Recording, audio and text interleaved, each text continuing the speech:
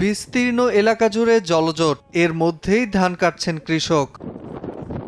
চলতি সপ্তাহের টানা বৃষ্টিতে জলাবদ্ধতা সৃষ্টি হয়েছে কিশোরগঞ্জের ভৈরব উপজেলার জোয়ানশাহী হাওরে।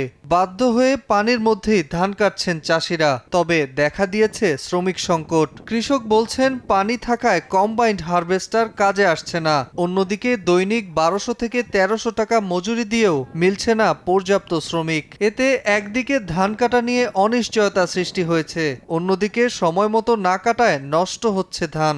1% জমি আমি এখন পর্যন্ত কাটতে পারি নাই। আমাদের এলাকায় নাই কোনো শ্রমিক, নাই কোনো কিছু।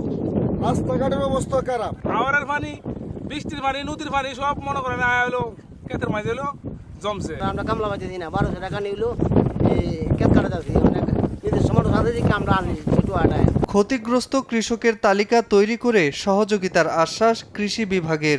প্রধানমন্ত্রী যে নির্দেশনা দিয়েছেন, যে আশ্বাস দিয়েছেন, সেই মোতাবেক সেই অনুযায়ী যেন আমাদের ভৈরবের কৃষকরাও সেই ক্ষতিগ্রস্ত তালিকায় তাদেরকে এনে সেই অনুদানের সহায়তায় আনতে পারে, আমরা কৃষি বিভাগ সেই কাজটা করছি। কৃষি বিভাগের তথ্য মতে এরই মধ্যে জোয়ানশাহী হাওরের 52% ধান কাটা হয়েছে। সময় সংবাদ, ভৈরব।